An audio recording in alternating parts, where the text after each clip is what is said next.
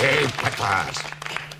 Nassisetä on saanut siis aivan jumalattoman kasakirjeitä. Nassisetä on näistä valinnut yhden kirjan luettavaksi. Tämän on lähettänyt Pikku Vesa Maunulasta, mutta tämä on niin kaamalan pitkä essee, ettei Nassisetä sitä ala lukemaan. Nassisetä kertoo sen idean, koska se on aika hyvä. Se sisältää kysymyksen. Kirjeen otsikko kuuluu näin, että vappuaaton yllätys. No tarina Vesa kertoo kirjeessään, että hän oli lähtenyt isin ja äitin kanssa vappukävelylle Kaimariin. No sitten Vesa oli saanut norhota aika pitkän aikaa norkos-isiltä ja äitiltä ilmapalloa. Ja hän olikin saanut sitten pallon, mutta se oli osunut isin röökiin ja poksahtanut tällä lailla. Rikki heti kättelyssä. No Vesa parkumaan ja itkemään uutta palloa, mutta isi, joka on aika ilmeisesti aika pihimies.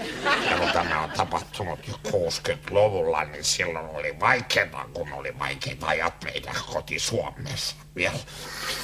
No isi oli sanonut, että ei mitään uutta palloa ja Vesa ei pääse itkultaan eroon ja sitten tullaan kotiin ja vappu tuntuu olevan tavallaan niin kuin turmeltunut täysin pilalle.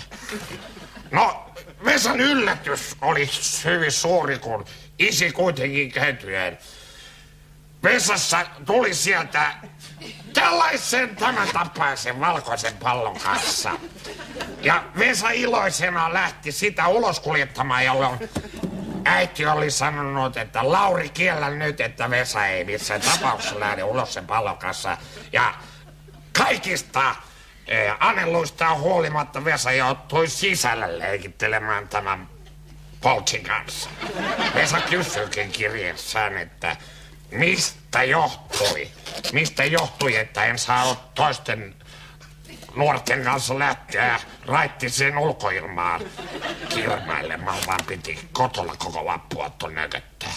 No Vesa, ehkäpä juttu on ollut niin, että tämä on ollut sellainen niin sanottu viimeinen ilmapallon aio, mikä sinun iskillä ja äitillä on enää ollut. Ja he ovat sitä myöhemmin illalla ehkä tarvinneet ja he eivät ole halunneet, että sinne menee hiekkaa. Okei, Reiska, soita taksi.